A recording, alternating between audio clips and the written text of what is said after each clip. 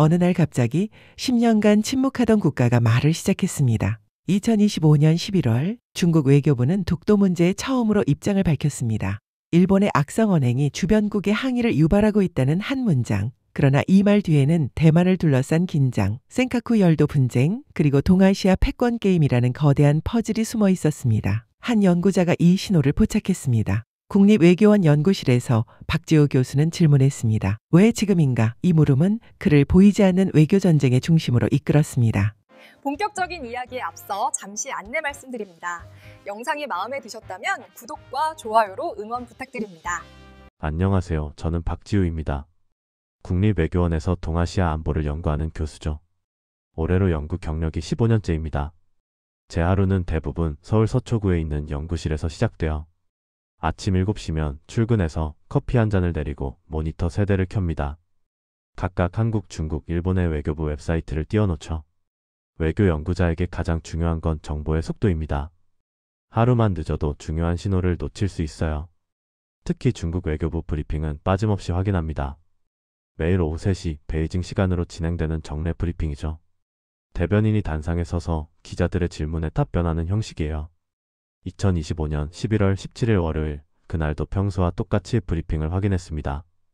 마오닝 대변인이 단상에 섰어요. 검은색 정장에 단정한 머리, 그는 중국 외교부의 얼굴이죠. 기자들의 질문이 쏟아졌습니다. 대만 해협 긴장, 미중 무역 협상, 동남아시아 외교 일정. 모두 예상 가능한 주제들이었어요. 저는 브리핑 속기록을 빠르게 스크롤하며 읽었습니다. 그러다 손이 멈췄어요. 중국 관영 매체 기자의 질문이 눈에 들어왔습니다. 한국 외교부는 14일 일본 정부가 도쿄의 독도 주권에 대한 부당한 주장을 선전하는 영토 주권 전시관 공간을 확장한 것에 강한 항의를 표했는데 중국은 이에 대해 어떻게 논평하는가? 독도. 그 단어를 보는 순간 제 심장이 빨리 뛰기 시작했습니다. 저는 즉시 자세를 고쳐 앉고 브리핑 영상을 다시 재생했어요. 마오닝 대변인의 표정을 유심히 관찰했습니다. 그의 대답은 이랬어요. 우리는 그 문제에 대한 보도에 주목했다. 최근 일본의 많은 악성 언행은 주변 국가의 경계와 불만, 항의를 유발하고 있다. 일본이 침략 역사를 심각하게 반성하고 평화의 길을 걷기를 촉구한다. 짧은 발언이었습니다. 총 42초였어요. 하지만 저에게는 경보음처럼 들렸습니다. 15년간 중국 외교를 연구하면서 체득한 감각이 작동하기 시작했죠. 뭔가 중요한 변화가 일어나고 있다는 직감이었어요. 저는 즉시 데이터베이스를 열었습니다. 외교부 아카이브 시스템이에요. 2015년부터 현재까지 모든 브리핑 기록이 저장되어 있죠. 검색창에 독도와 DOKDO를 입력했습니다. 결과가 나왔어요. 총 3건. 2015년 8월, 2017년 2월, 2020년 10월. 각각을 클릭해서 내용을 확인했습니다. 2015년 8월 브리핑. 일본 기자가 독도 문제를 질문했어요. 중국 대변인의 답변은 이랬습니다. 그것은 한국과 일본 간의 문제다. 우리는 관련국들이 대화를 통해 적절히 해결하기를 바란다. 전형적인 회피 답변이었죠. 2017년 2월 브리핑. 한국 기자가 일본의 독도 영유권 주장에 대한 중국의 입장을 물었어요. 대변인은 말했습니다. 우리는 그 문제에 대해 명확한 입장이 없다. 이는 한일 양국이 풀어야 할 문제다. 역시 중립 입장이었습니다. 2020년 10월 브리핑. 다시 독도 질문이 나왔어요. 대변인은 거의 같은 답변을 반복했습니다. 관련국 간 대화를 통한 해결을 희망한다. 패턴이 명확했습니다. 10년 가까이 중국은 독도 문제에서 철저히 중립을 지켰어요. 어느 편도 들지 않았고 자기 입장도 밝히지 않았죠. 한국과 일본 양쪽 모두와 좋은 관계를 유지하기 위한 전략이었습니다. 그런데 2025년 11월 17일 그 전략이 바뀌었어요. 일본의 악성 언행이라는 표현을 썼습니다. 이건 명백히 일본을 비판하는 거예요. 직접적으로 한국을 언급하지는 않았지만 맥락상 한국의 항의를 지지하는 뉘앙스였죠. 저는 노트북을 열고 새 파일을 만들었습니다. 워드 문서에 날짜를 적었어요. 2025년 11월 17일. 그리고 제목을 달았습니다. 중국의 독도 문제 개입 분석. 첫 문장을 적었어요. 중국은 왜 10년간의 침묵을 깼는가? 연구실 창밖으로 서울 도심이 보였습니다. 남산타워가 저 멀리 보이고 자동차들이 바쁘게 오가고 있었어요. 평화로운 일상이었죠. 하지만 저는 알고 있었습니다. 외교 무대에서는 조용한 전쟁이 벌어지고 있다는 것을요. 마오닝 대변인의 42초 발언. 그 짧은 시간이 만들어낼 파장을 아직 아무도 모르고 있었습니다. 하지만 저는 느낄 수 있었어요. 뭔가 큰 변화가 시작되고 있다는 것을. 그리고 그 변화의 중심에 작은 섬 하나가 있다는 것을. 저는 커피를 한 모금 마시고 키보드에 손을 올렸습니다. 이 퍼즐을 풀어야 했어요. 중국의 의도는 무엇인가? 일본은 어떻게 반응할 것인가? 한국은 어떻게 대응해야 하는가? 질문들이 머릿속에서 맴돌았습니다. 시계를 보니 오전 10시였습니다. 저는 오늘 하루를 이 문제에 쏟기로 결정했어요. 취소할 수 있는 일정은 모두 취소했습니다. 이건 그만한 가치가 있는 일이었으니까요. 시간을 거슬러 올라가야 했습니다. 11월 17일의 발언을 이해하려면 그 전에 무슨 일이 있었는지 알아야 했어요. 저는 지난 2주간의 동아시아 뉴스를 검색하기 시작했습니다. 11월 11일 도쿄에서 중요한 발언이 나왔어요. 다카이치 사나의 일본 총리가 국회 예산위원회에 출석했습니다. 야당 의원이 질문했죠. 대만 유사시 일본의 대응은 어떻게 되는가? 다카이치 총리의 답변은 명확했어요. 상황에 따라 집단 자위권 행사를 배제하지 않는다. 집단 자위권. 이 용어는 일본 안보 정책의 핵심입니다.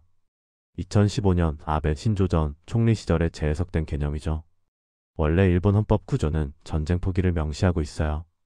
하지만 집단 자위권 재해석으로 일본이 직접 공격받지 않아도 동맹국을 위해 군사 행동을 할 수 있게 됐습니다. 문제는 대만이었어요. 대만은 일본의 공식 동맹국이 아닙니다. 일본은 1972년 중일 국교 정상화 이후 대만과 외교 관계를 끊었죠. 하지만 경제적, 전략적으로는 여전히 밀접한 관계를 유지하고 있어요. 그리고 지리적으로 가깝습니다. 대만과 일본 오키나와 사이는 불과 600km예요. 다카이치 총리의 발언은 중국에게 직접적인 위협이었습니다. 대만은 중국이 가장 민감하게 반응하는 문제거든요. 중국은 대만을 자국의 일부로 간주하고 언젠가는 반드시 통일하겠다는 입장이죠. 그런데 일본이 대만 문제에 군사 개입할 수 있다고 말한 겁니다. 중국의 반응은 즉각적이었어요.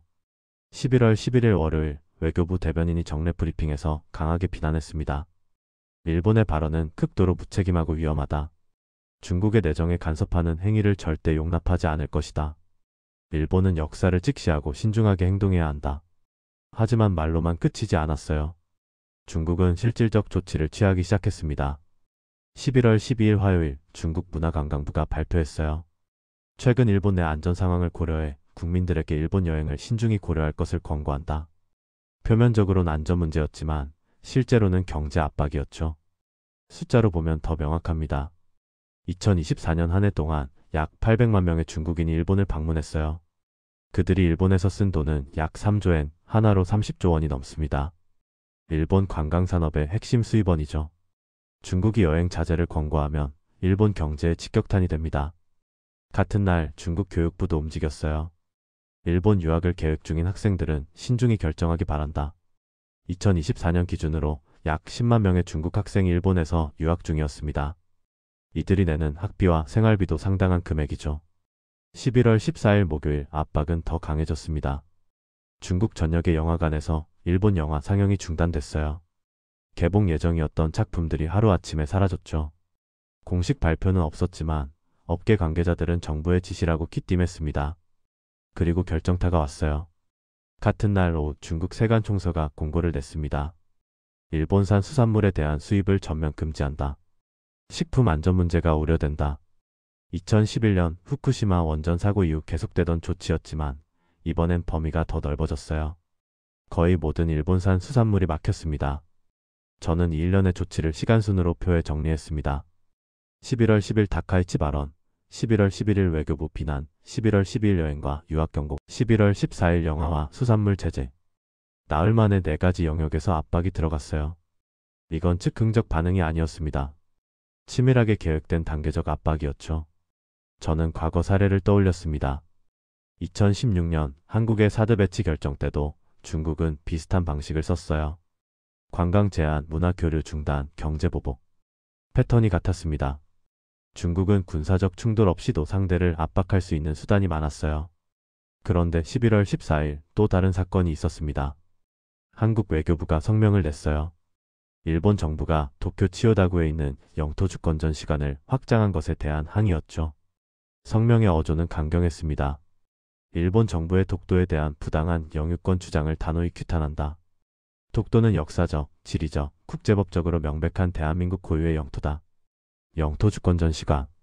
저는 이 시설에 대해 잘 알고 있었어요. 2018년 1월에 문을 열었죠. 일본 정부가 독도와 센카쿠 열도를 자국 영토라고 주장하는 자료들을 전시하는 곳입니다. 고문서, 고지도, 사진, 영상 자료들이 있어요. 일본 학생들의 단체 방문도 많고 외국 관광객에게도 개방되어 있죠. 2025년 11월 일본 정부는 이 전시관을 대폭 확장했습니다. 전시 공간이 2배로 늘어났어요. 200제곱미터에서 400제곱미터로요. 신규 자료 500여 점이 추가됐고 특히 독도 관련 자료가 크게 늘었습니다. 일본 정부는 연간 방문객 목표를 5만 명에서 10만 명으로 높였어요. 한국 외교부의 반발은 당연했습니다. 매년 독도 문제로 한일 관계는 긴장했지만 이번은 특히 강도가 셌어요. 외교부 대변인은 기자회견에서 말했습니다. 일본의 이러한 행위는 한일 관계 개선에 역행하는 것이다. 즉각 시정할 것을 강력히 촉구한다. 저는 두 사건을 나란히 놓고 분석했습니다. 대만 문제로 인한 중일 갈등, 독도 문제로 인한 한일 갈등. 두 갈등이 거의 같은 시기에 발생했어요. 우연일까요? 저는 그렇게 생각하지 않았습니다. 그리고 3일 후인 11월 17일 중국이 독도 문제에 대해 처음으로 입장을 밝힌 겁니다. 타이밍이 완벽했어요. 일본이 한국, 중국 양쪽과 동시에 갈등하는 상황. 중국이 이 기회를 놓칠 리 없었죠. 11월 18일 화요일 아침 저는 동료 연구자들에게 이메일을 보냈습니다. 긴급회의가 필요합니다. 중국의 독도 발언을 분석해야 해요. 오후 2시 국립외교원 회의실에 4명이 모였습니다. 김태현 박사가 먼저 들어왔어요. 40대 중반 중국 외교 전문가죠. 베이징 대학에서 박사 학위를 받았고 중국어가 유창합니다. 그는 중국 외교부 브리핑을 거의 암기하다시피 하는 사람이에요. 이수진 교수가 두 번째로 왔습니다. 50대 초반 국제법이 전공이죠. 하버드 로스쿨 출신이고 국제사법재판소 판례를 손바닥 보듯 아는 분입니다. 특히 영토 분쟁 관련 법리에 정통해요. 박민호 박사가 세 번째였습니다. 30대 후반 일본 정치가 전공이에요. 도쿄대학에서 공부했고 일본 정치인들의 인맥을 꿰고 있습니다. 자민당 내부 동향까지 파악하는 사람이죠. 마지막으로 최영희 연구원이 들어왔어요. 20대 후반 신의 연구자입니다. 데이터 분석이 특기죠. 외교 문서를 정량적으로 분석해서 패턴을 찾아내는 능력이 뛰어납니다. 저는 프로젝터에 자료를 띄웠습니다. 중국 외교부 브리핑 원문, 한국어 번역, 그리고 제가 작성한 분석 노트였어요. 어제 중국이 독도 문제에 대해 발언했습니다. 10년 만에 처음이에요. 김태현 박사가 고개를 끄덕였습니다. 저도 봤어요. 놀랐죠. 중국이 독도를 언급한 건 정말 드문 일이니까요.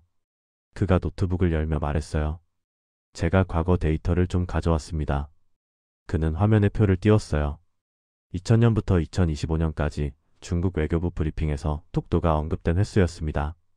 총 5차례. 2012년, 2015년, 2017년, 2020년, 그리고 2025년. 그중 2012년을 제외하면 모두 관련국 간 문제라며 회피한 답변이었어요. 2012년은 좀 달랐죠. 김 박사가 설명했습니다. 이명박 대통령이 독도를 방문했을 때였어요. 한일 관계가 최악으로 치달았죠. 그때도 중국은 조심스러웠습니다. 대화로 해결하기를 바란다는 정도였어요. 이수진 교수가 질문했습니다. 그렇다면 이번 발언은 어떤 의미인가요? 일본의 악성 언행이라는 표현은 꽤 강하잖아요. 그는 브리핑 원문을 가리켰어요. 저는 지난 일주일간의 상황을 설명했습니다. 타카이치 총리의 대만 발언, 중국의 연쇄 압박, 일본의 영토 주권 전시관 확장, 한국의 항의. 모든 퍼즐 조각을 테이블 위에 펼쳐놓았죠. 타이밍을 보세요. 제가 말했습니다. 11월 10일 대만 발언, 11월 14일 전시관 확장, 11월 17일 독도 언급. 일주일 만에 모든 게 터진 겁니다. 박민호 박사가 끼어들었어요. 일본 입장에서는 최악이네요. 대만 문제로 중국과 싸우고 있는데 독도 문제로 한국과도 마찰이 생겼으니까요. 그가 일본 언론 기사를 보여줬습니다. 일본 언론들도 중국의 발언을 크게 다뤘어요. 중국이 한국 편을 들었다고 보도했죠.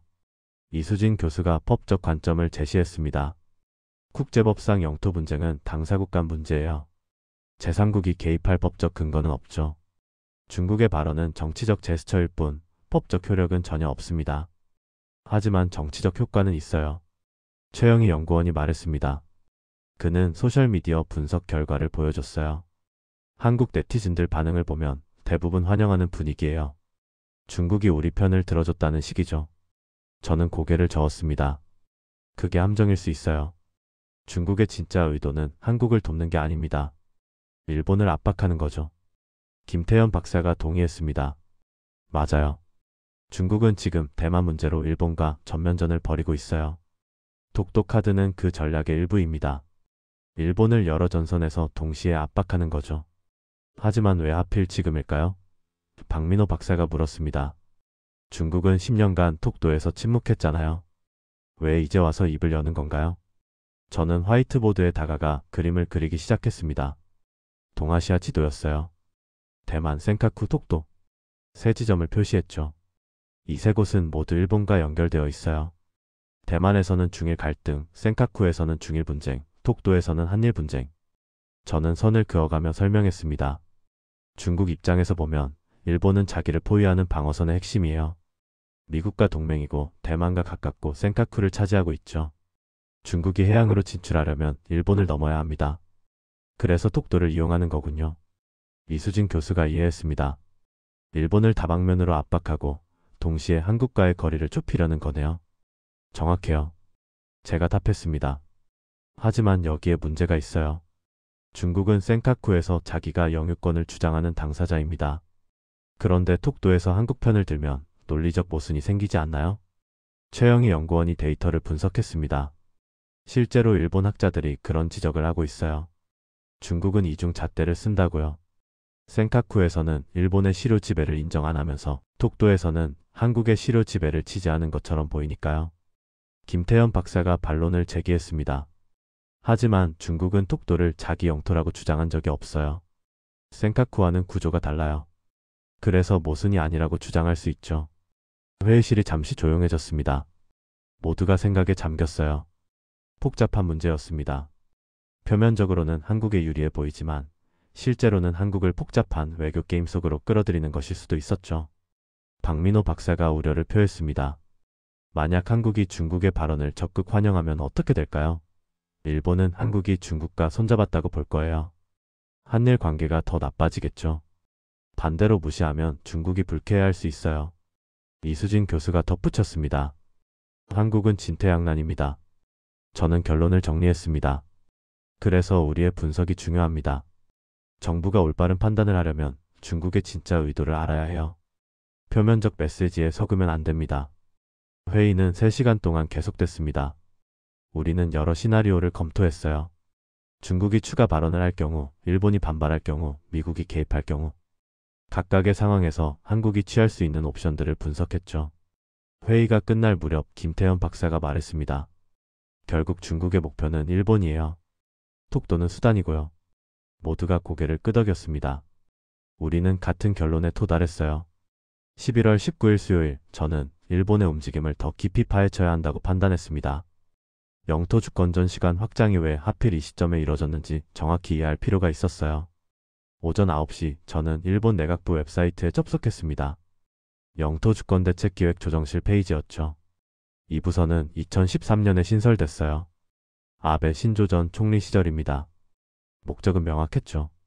독도와 센카쿠 열도에 대한 일본의 영유권 주장을 국내외에 홍보하는 것. 웹사이트에는 전시관 소개가 자세히 나와 있었습니다. 위치는 도쿄 치요다구 가스미가세키 1초메. 일본 정부 청사들이 밀집한 지역이에요. 외무성, 재무성, 총무성이 모두 근처에 있죠. 상징적인 위치였습니다. 전시관은 2018년 1월 25일에 개관했어요. 당시 면적은 200제곱미터였습니다. 그리 크지 않았죠. 하지만 내용은 방대했어요. 독도와 센카쿠에 관한 고문서 200여 점, 고지도 150여 점, 사진 자료 300여 점이 전시됐습니다. 저는 개관 당시 자료를 찾아봤습니다. 스가 요시히데 당시 관방장관이 축사를 했더군요. 이 전시관은 우리 영토의 역사적 정당성을 알리는 중요한 공간입니다. 국민 여러분께서 많이 방문해 주시기 바랍니다. 개관 첫 해인 2018년 방문객은 2만 3천 명이었어요. 생각보다 많지 않았습니다. 2019년에는 2만 8천 명으로 조금 늘었죠. 2020년에는 코로나 팬데믹으로 1만 5천 명으로 줄었고요. 2021년과 2022년도 비슷한 수준이었습니다. 하지만 2023년부터 변화가 생겼어요. 방문객이 3만 5천 명으로 급증했습니다. 2024년에는 4만 2천 명을 기록했죠. 특히 학교 단체 방문이 크게 늘었어요. 일본 정부가 교육청을 통해 학생 방문을 적극 권장했기 때문입니다. 2025년 11월 전시관은 대대적으로 확장됐습니다. 면적이 400제곱미터로 2배가 됐어요. 신규 자료 500여 점이 추가됐죠. 특히 독도 관련 자료가 대폭 늘었습니다. 에도 시대 지도 30점, 메이지 시대 문서 50점, 현대 사진 자료 100점. 저는 전시 내용을 분석했습니다. 일본의 주장은 크게 3가지로 요약됐어요. 첫째, 17세기부터 일본인들이 독도를 인지하고 이용했다. 둘째, 1905년 시마네현 고시로 독도를 정식 편입했다. 셋째, 샌프란시스코 강화 조약에서 독도는 한국 영토로 명시되지 않았다. 물론 이 주장들은 모두 허구입니다. 한국 측 자료가 훨씬 명확하고 풍부하죠. 하지만 일본은 끊임없이 자기 주장을 반복하고 있었어요. 전시관은 그 핵심 도구였습니다. 저는 확장 시기에 주목했습니다. 왜 2025년 11월이었을까요? 일본 정부 예산안을 보니 확장 예산은 2024년 12월에 이미 확정돼 있었어요. 약 5억엔 하나로 50억 원이 배정됐죠. 공사는 2025년 4월에 시작해서 10월에 완료됐습니다. 그리고 11월 13일 리뉴얼 오픈 행사가 열렸어요. 이와야 다케시 외무대신이 참석했습니다. 그는 연설에서 말했죠. 독도와 센카쿠는 역사적으로나 국제법적으로나 명백한 일본 고유의 영토입니다. 이 전시관을 통해 더 많은 국민이 진실을 알게 되기를 바랍니다. 한국 외교부는 즉각 반응했습니다. 11월 14일 대변인 성명을 냈어요. 일본 정부의 독도에 대한 부당한 영유권 주장을 강력히 규탄한다.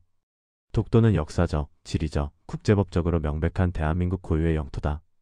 이러한 행위는 한일 관계 발전에 전혀 도움이 되지 않는다. 저는 주일 한국 대사관에 연락했습니다. 제가 아는 참사관과 통화했어요. 현장 분위기는 어떻습니까? 참사관이 답했습니다. 매우 우려스럽습니다. 전시관 규모가 커지면서 영향력도 커질 겁니다. 특히 젊은 세대에게요. 일본 정부의 의도는 뭐라고 보십니까? 제가 물었습니다. 참사관은 잠시 침묵하다 말했어요. 국내 정치용이기도 하고 장기 전략이기도 합니다.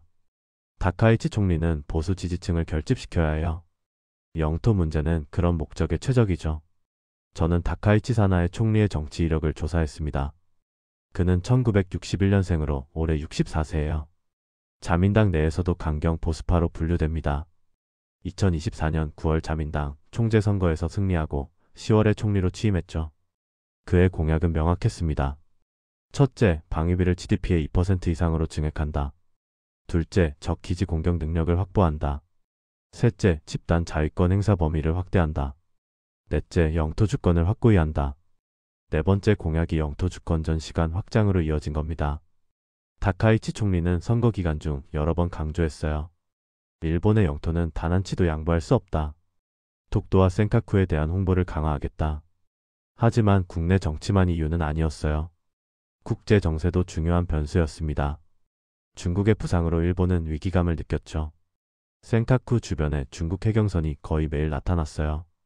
2024년 한 해 동안 336일이나 확인됐습니다. 대만 문제도 긴박했어요. 중국은 대만 통일 의지를 점점 더 명확히 했습니다. 군사훈련도 잦아졌죠. 일본 정부는 대만 유사시는 일본 유사시라는 인식을 갖기 시작했어요. 오키나와와 대만이 너무 가까우니까요.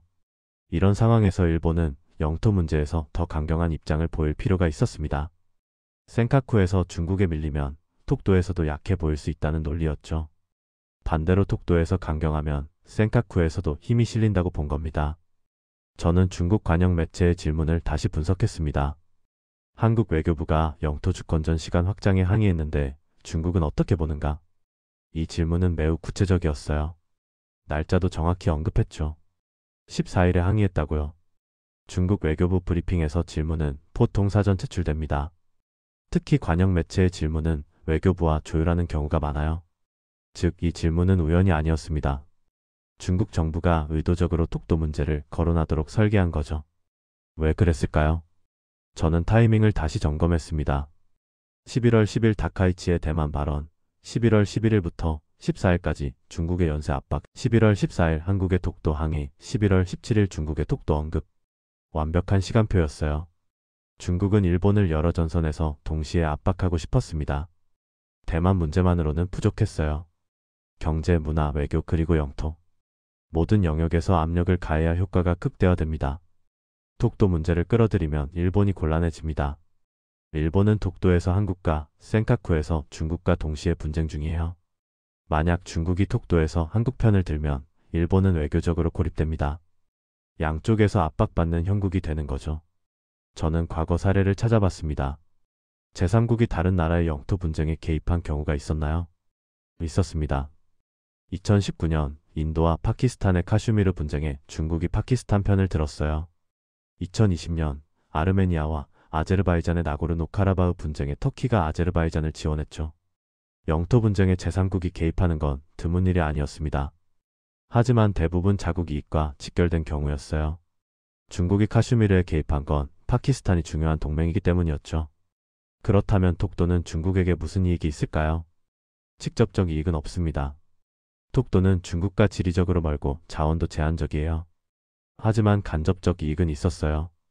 일본을 압박하고 한국과의 관계를 개선하는 도구로 쓸 수 있죠. 저는 연구 노트에 정리했습니다. 일본의 영토 주권전 시간 확장은 국내 정치와 국제 정세의 산물이다. 다카이치 총리의 보수 성향, 중국의 부상에 대한 위기감, 대만 문제의 긴박함. 이 세 요소가 결합했다. 그리고 중국은 이 상황을 활용했다. 독도 문제를 꺼내면서 일본을 압박하고 동시에 한국에 우호적 신호를 보냈다.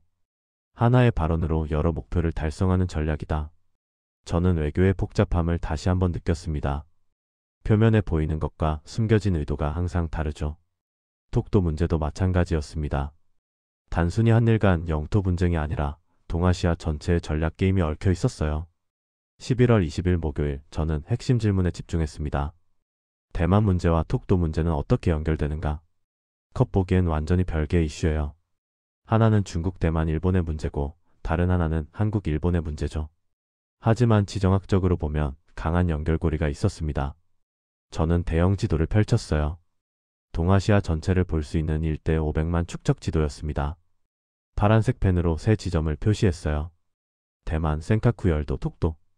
그리고 이 세 지점을 선으로 연결했습니다. 놀라운 패턴이 나타났어요. 세 지점은 거의 완벽한 호를 그렸습니다. 북쪽의 독도에서 시작해 중간의 센카쿠를 거쳐 남쪽의 대만으로 이어지는 호. 이 호는 중국의 동쪽 해안선을 감싸고 있었죠. 이것은 우연이 아니었습니다. 지정학에서는 이를 제일도련선이라고 부릅니다. 중국이 태평양으로 나가기 위해 반드시 넘어야 하는 방어선이에요. 그리고 이 방어선을 지키는 핵심 국가가 일본입니다. 일본은 지리적으로 특별한 위치에 있어요. 중국의 동쪽을 막고 있죠. 오키나와에는 미군 기지가 있고 센카쿠를 시로 지배하고 있고 대만과 가깝습니다. 만약 대만 유사시에 일본이 개입하면 중국에게는 큰 장애물이 됩니다. 저는 대만 해협의 전략적 중요성을 분석했습니다. 폭은 가장 좁은 곳이 130km예요. 서쪽은 중국 푸젠성, 동쪽은 대만입니다. 이 해협은 세계에서 가장 중요한 해상 교통로 중 하나죠. 연간 약 5천억 달러 규모의 무역이 이곳을 통과합니다.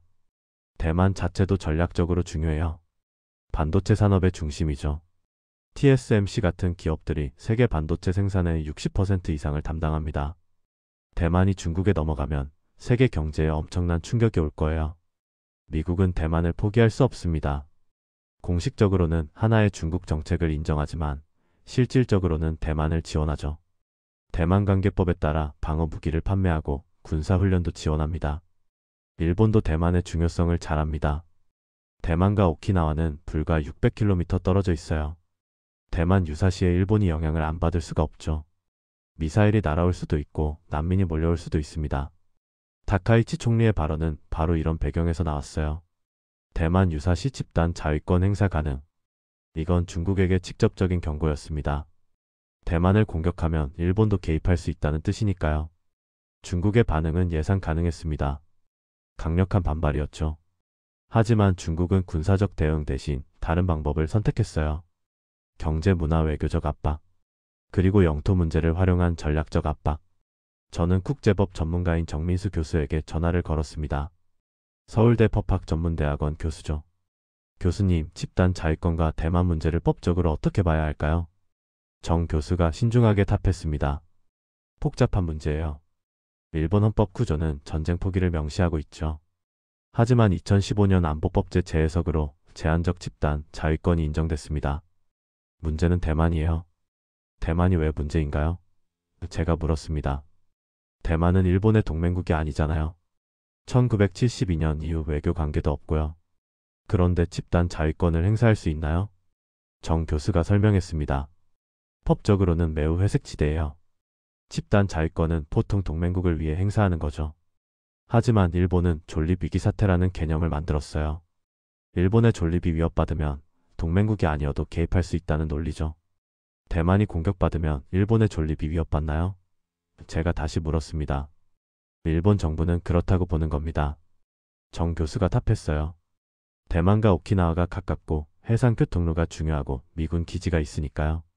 논리적으로는 가능한 주장이에요. 그럼 국제법상 문제는 없나요? 제가 마지막으로 물었습니다. 논란의 여지가 많죠. 정 교수가 신중하게 말했어요. 유엔 헌장 51조는 자위권을 인정하지만 집단 자위권의 범위에 대해서는 해석이 갈립니다. 일본의 주장이 국제법상 정당한지는 논쟁거리예요. 저는 고맙다고 인사하고 전화를 끊었습니다. 법적 판단은 복잡하지만 정치적 의미는 명확했어요. 다카이치 총리의 발언은 중국을 자극하기에 충분했습니다. 저는 센카쿠 문제를 다시 들여다봤습니다. 센카쿠 열도는 5개의 무인도로 이루어져 있어요. 총 면적은 약 7제곱킬로미터. 독도보다는 크지만 여전히 작은 섬들이죠. 하지만 전략적 가치는 엄청납니다.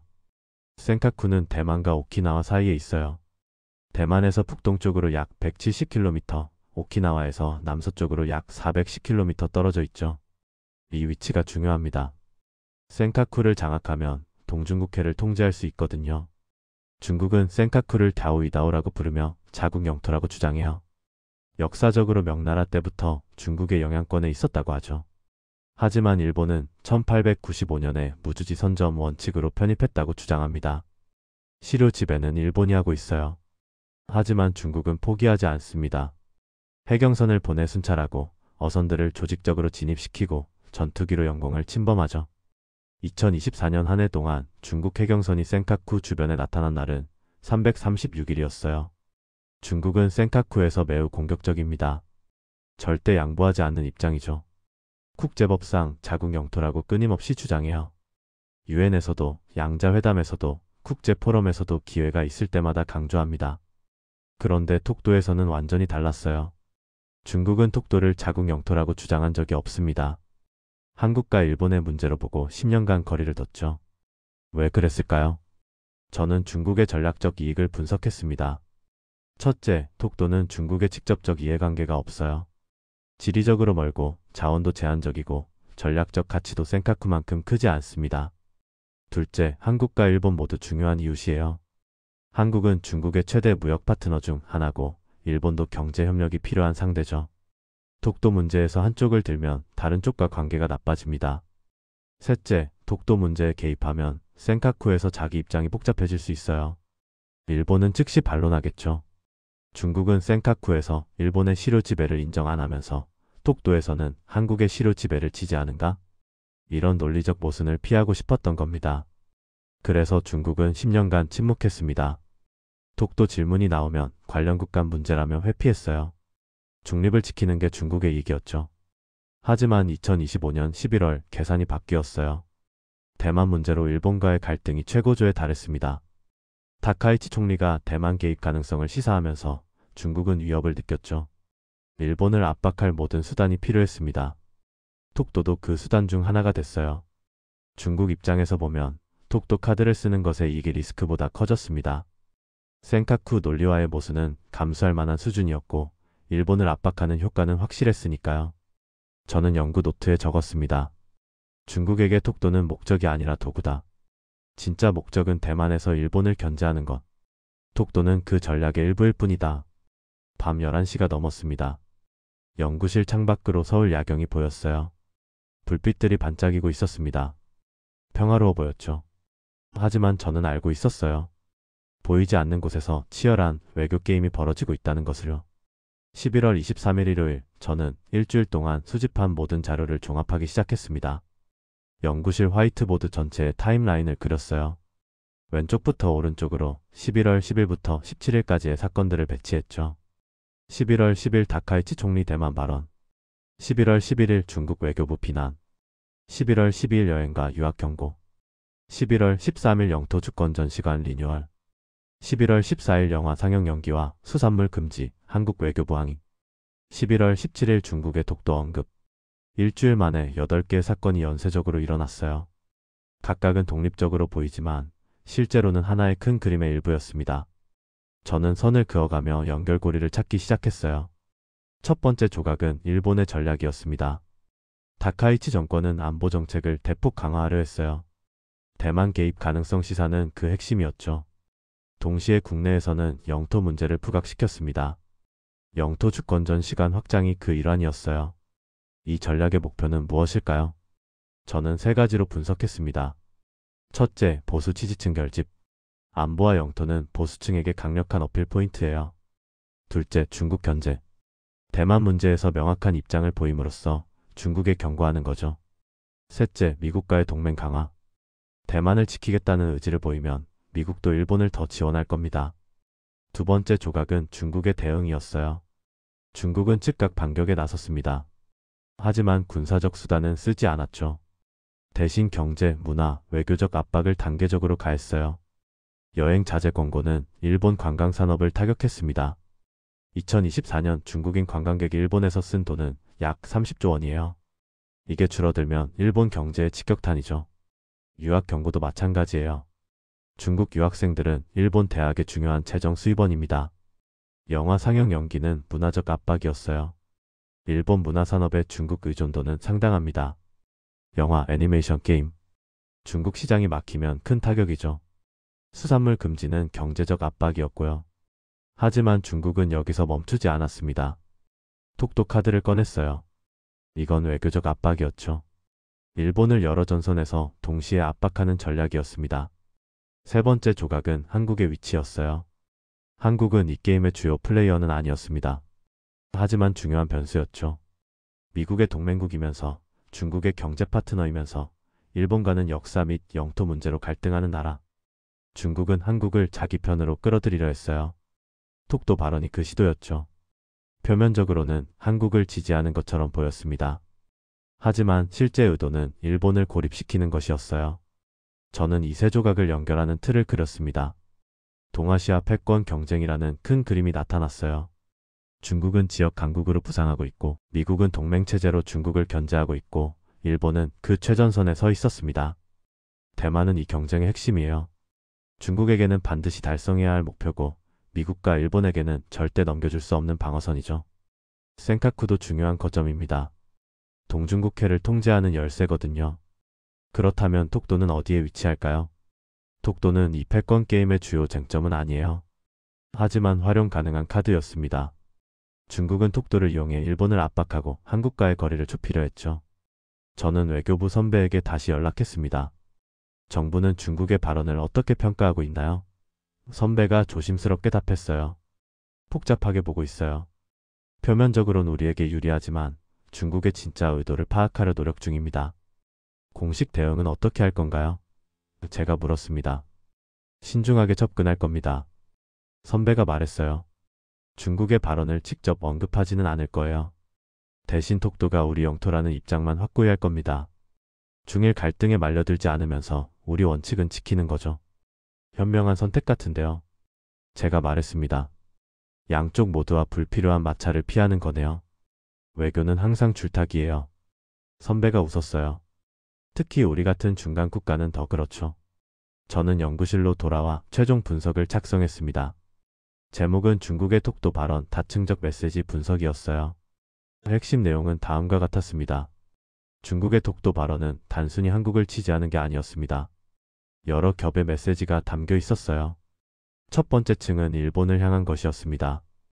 당신들은 여러 나라와 영토 분쟁 중이다. 고립되어 있다. 대만 문제에서 한 발 물러서라. 이것은 일본을 압박하는 메시지였죠. 두 번째 층은 한국을 향한 것이었어요. 우리는 당신들의 입장을 이해한다. 일본에 대한 불만을 공유한다. 함께 대응하자. 이것은 한국을 끌어들이려는 메시지였습니다. 세 번째 층은 국제사회를 향한 것이었어요. 일본의 행동은 추변국의 반발을 산다.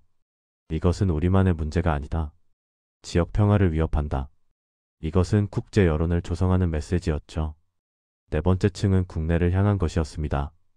우리는 주변국의 정당한 요구를 지지한다. 지역에서 책임 있는 강대국 역할을 하고 있다. 이것은 중국 국민에게 보내는 메시지였어요.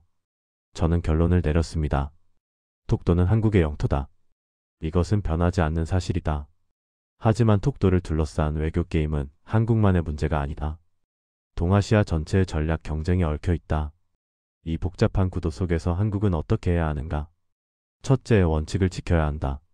톡도 주권은 타협할 수 없다. 둘째, 독립성을 유지해야 한다. 다른 나라의 전략 게임에 말려들지 말아야 한다. 셋째, 유연하게 대응해야 한다. 주변국과의 관계를 전략적으로 관리해야 한다. 저는 키보드에서 손을 떼고 의자에 기댔습니다. 일주일 동안의 분석이 정리됐어요. 이제 이 내용을 보고서로 완성해서 정부와 학계에 공유해야 했습니다. 창밖으로 해가 지고 있었어요. 서울 하늘이 주황빛으로 물들었습니다. 아름다운 석양이었죠. 하지만 저는 알고 있었어요. 저 하늘 아래에서 치열한 외교 전쟁이 벌어지고 있다는 것을요. 11월 26일 수요일, 저는 완성된 연구 보고서를 들고 국립외교원 원장실로 향했습니다. 보고서 제목은 2025년 중국의 톡도 문제 개입 분석과 한국 외교 전략이었어요. 총 63페이지 분량이었죠. 원장님은 보고서를 꼼꼼히 읽으셨습니다. 약 30분 동안 한 장 한 장 넘기시더니 안경을 벗고 말씀하셨어요. 박 교수, 좋은 연구입니다. 특히 중국의 다층적 메시지 분석이 인상적이네요. 감사합니다, 원장님. 제가 답했습니다. 이 분석이 정부의 정책 결정에 도움이 됐으면 합니다. 원장님이 고개를 끄덕이셨어요. 외교부와 국가안보실에 전달하겠습니다. 학술지 투고도 진행하시죠? 네, 이미 준비 중입니다. 제가 말했어요. 국제관계 학회지에 투고할 계획입니다. 원장님이 격려해 주셨어요. 이런 시의적절한 연구가 더 많이 나와야 합니다. 수고하셨어요. 원장실을 나와 복도를 걷는데 휴대전화가 울렸습니다. 외교부 동부가국 김 국장님이었어요. 박 교수님, 보고서 잘 받았습니다. 매우 유익했어요. 혹시 시간 되시면 한번 뵙고 싶은데요. 물론이죠.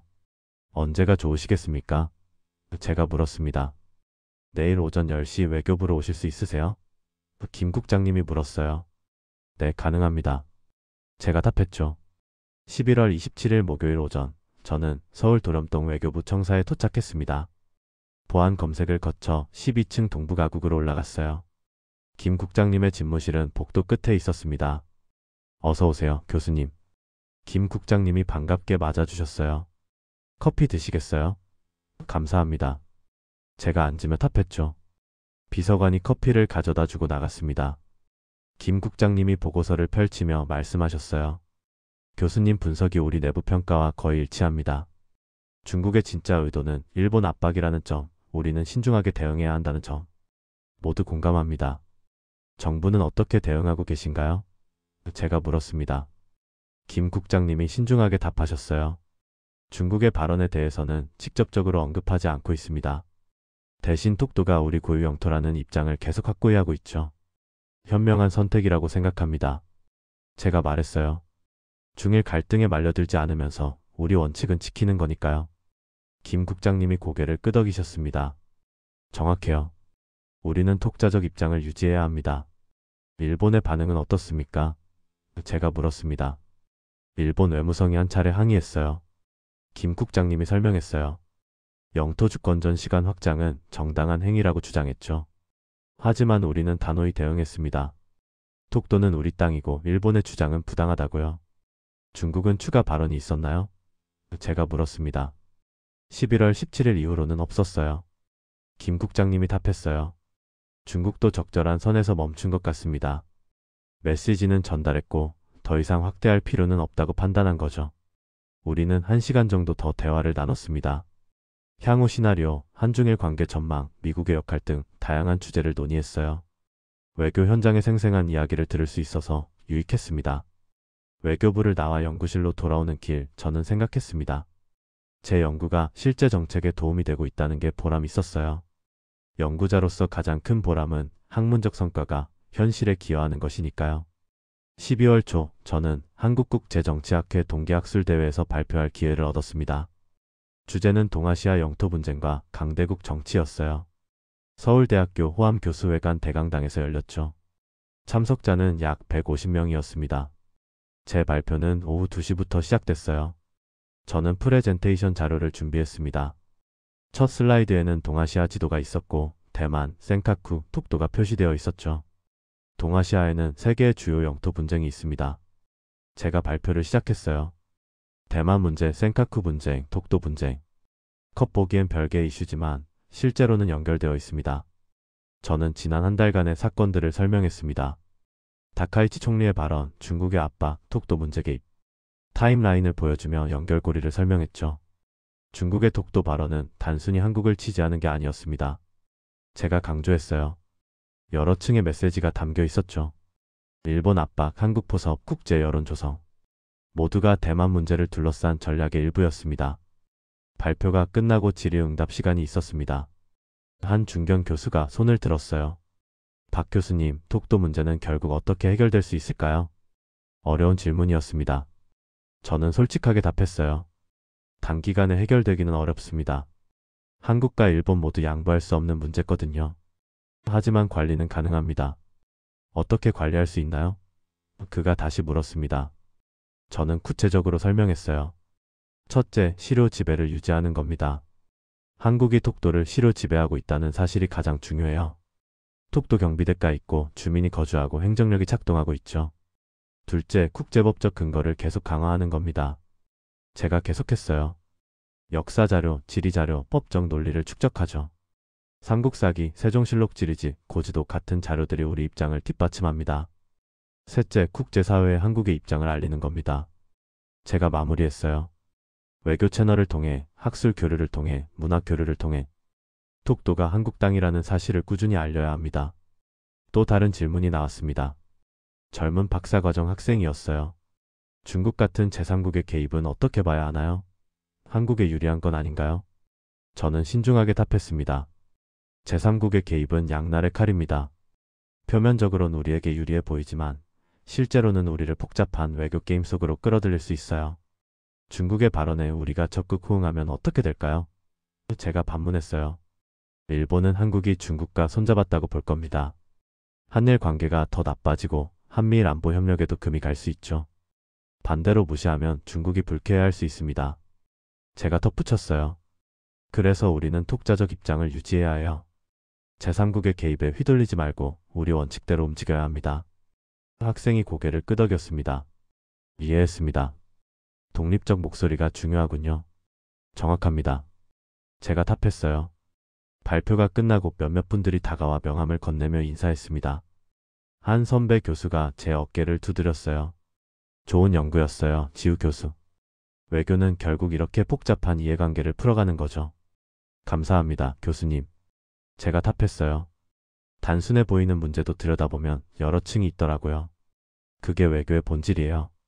선배 교수가 말했어요. 계속 좋은 연구 기대하겠습니다. 학회장을 나서며 저는 뿌듯함을 느꼈습니다. 한 달 동안의 노력이 결실을 맺고 있었어요. 학계의 인정도 받고 정부에도 도움이 되고 제 자신도 많이 배웠습니다.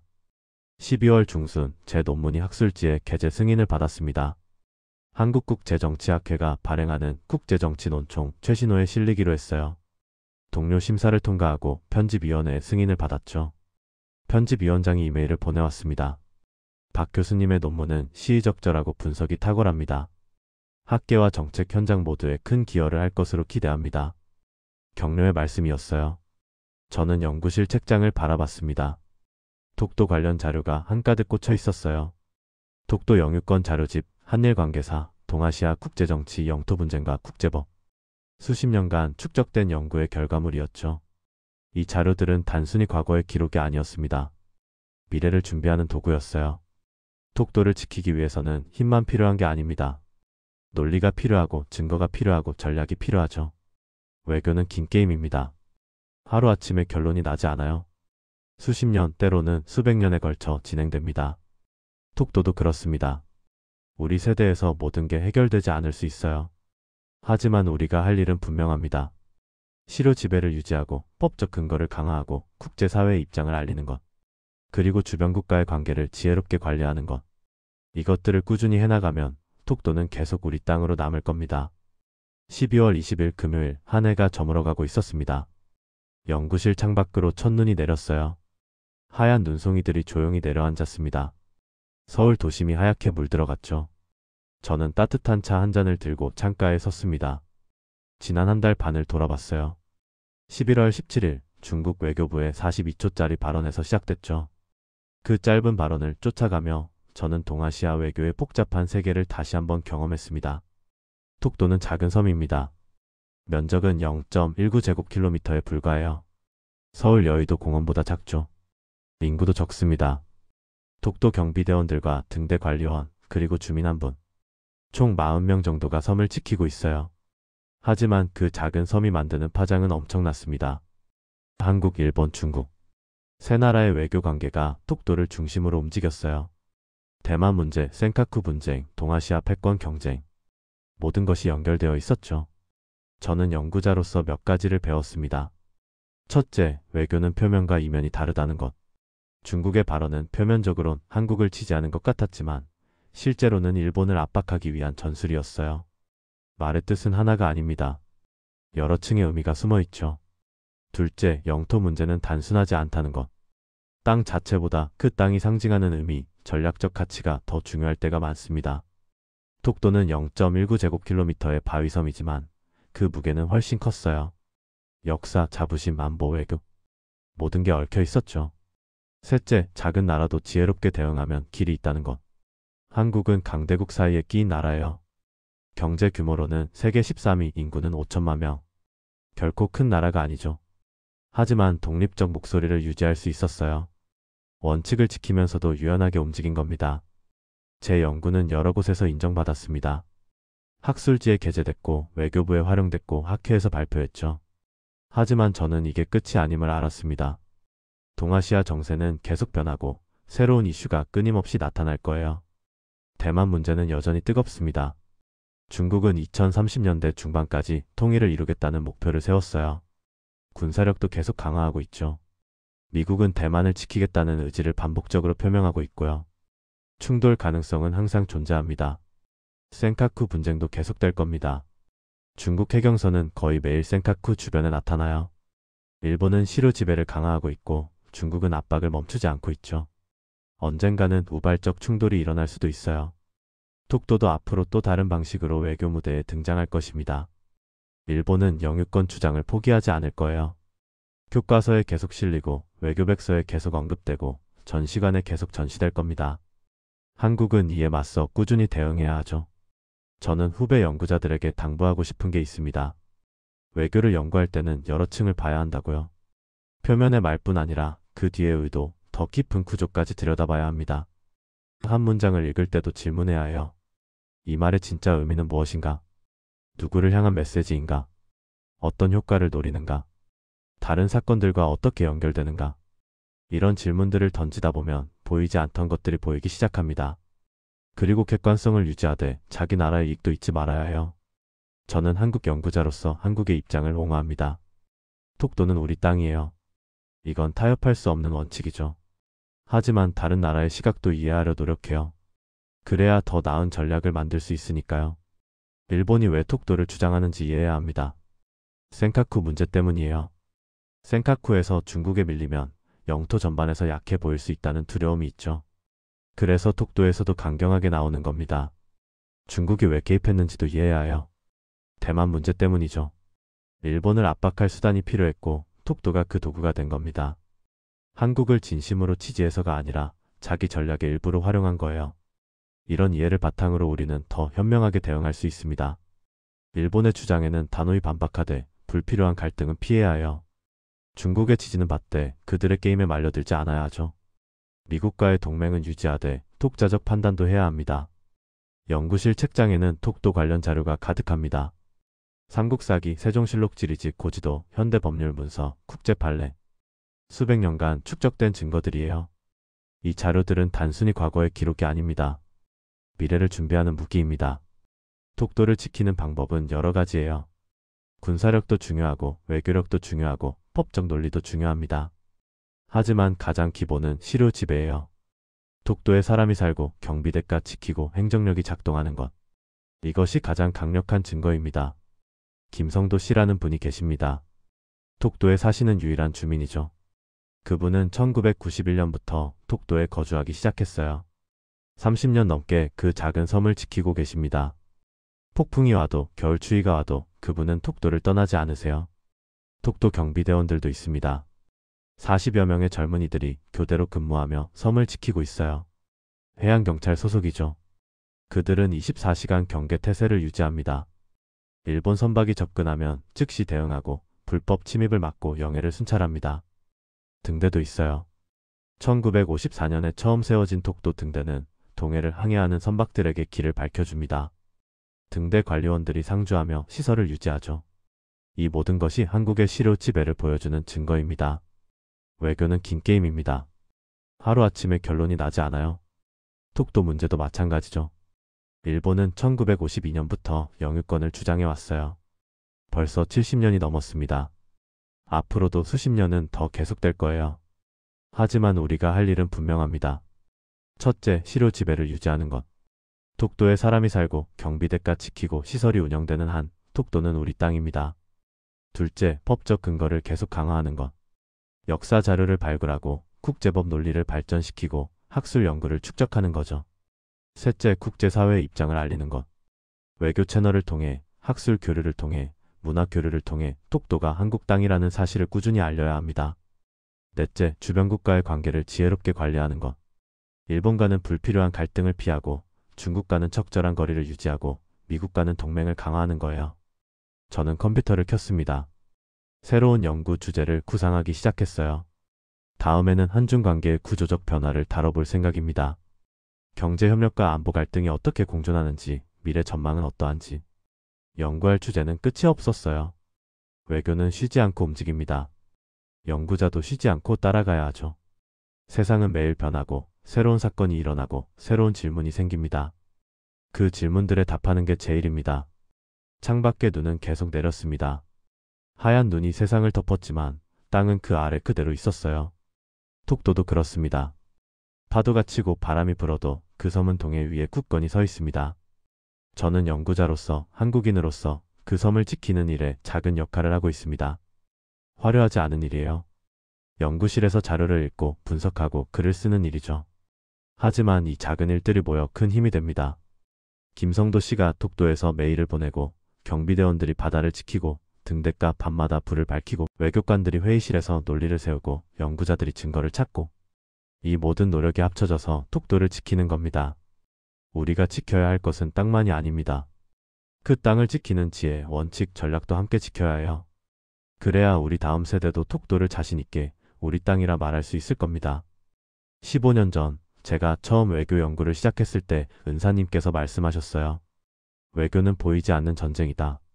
총소리는 없지만 치열함은 똑같다. 그 전쟁에서 이기려면 힘도 필요하지만 지혜가 더 필요하다. 그 말씀이 지금도 가슴에 남아 있습니다. 독도를 지키는 것도 마찬가지예요. 힘만으로는 부족합니다. 지혜가 필요하죠. 언제 강하게 나가고 언제 유연하게 대응하고 언제 침묵하고 언제 말할지. 그 판단이 중요합니다. 오늘도 독도는 동해 위에 있습니다. 북위 37도 14분, 동경 131도 52분. 그 좌표에 작지만 굳건하게 조용하지만 확고하게 서 있어요. 그 섬이 전하는 메시지는 분명합니다. 나는 여기 있다. 그리고 계속 여기 있을 것이다. 파도가 쳐도 바람이 불어도 시간이 흘러도 나는 대한민국의 땅이다. 저는 그 메시지를 가슴에 새깁니다. 그리고 다짐합니다.